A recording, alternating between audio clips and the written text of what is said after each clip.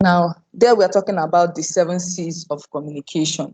I mentioned it earlier, said that we should be clear in whatever thing we are saying so that someone can actually understand. Just communicate in a very simple and easy way that someone would understand exactly what you're saying and all that. Then also, sometimes we could maybe try to send out, let me see, a message.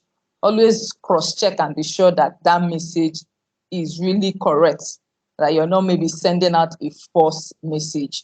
Or maybe also check, especially for those writing now, you can also be very careful to avoid maybe grammatical error. You should be able at every time you want to send out something, maybe take time to read through it. If possible, like what I do for myself is sometimes when I'm writing something, I just get someone else to have a second eye at it, because sometimes when you're writing, you could already be writing it the way it is in your head, and you won't even know that you've missed a particular word. So it's usually very good that at least when you want to send out something, you try to speak to some other person, and let the person also have a second eye on what you are sending out or what you want to communicate to the next party.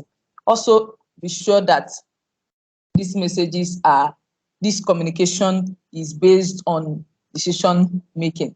Information is incomplete if maybe, I don't know how to put it so that you really understand what I'm saying here. It may lead to a wrong decision. So once you send out the wrong signal, automatically the next person who is absorbing that gets the wrong impression about that particular message. So when you are sending out a message, be sure that it is a complete message that someone could probably read and understand, and not a half-baked communication of maybe a message or email. Then be precise in whatever you're saying. Be straightforward in communication, because it's very important, especially in workplaces.